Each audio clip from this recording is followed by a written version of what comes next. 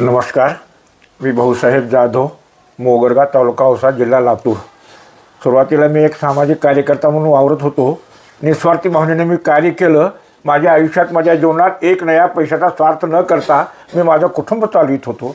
कुटुंब चालवित असताना परमेश्वराची काय माझ्यावर दृष्टी झाली.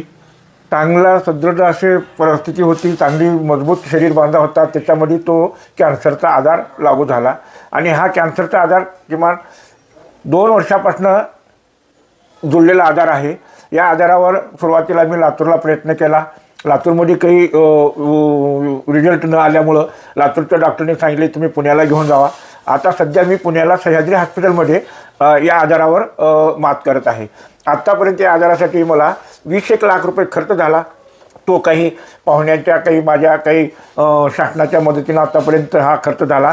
आता इथून डॉक्टरांचं म्हणणं आहे आणखीन हा इलाज आणखीन 1-1.5 वर्षे याच पद्धतीनं याच खर्चामध्ये तुम्हाला करावं लागणार आहे. तर या खर्चाची व्यवस्था तुम्ही केलो तर भविष्यात तुमच्या ह्या पेशंटला कुठला धोका होणार नाही.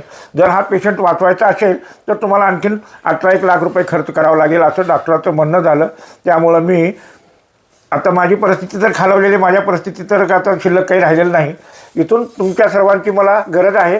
ज्यांना काही माझ्याबद्दल आपुलकी असेल, ज्या लोकांना काही माझं नावगाव माहिती असेल, ज्या लोकांना मी काय समाजात कसं वागलो याच्याबद्दलची काही पावती मिळाली असेल तर त्या सर्वांनी मला, लातूरकरांनी मला मदत करावं ही माझी एक नम्रची विनंती आहे.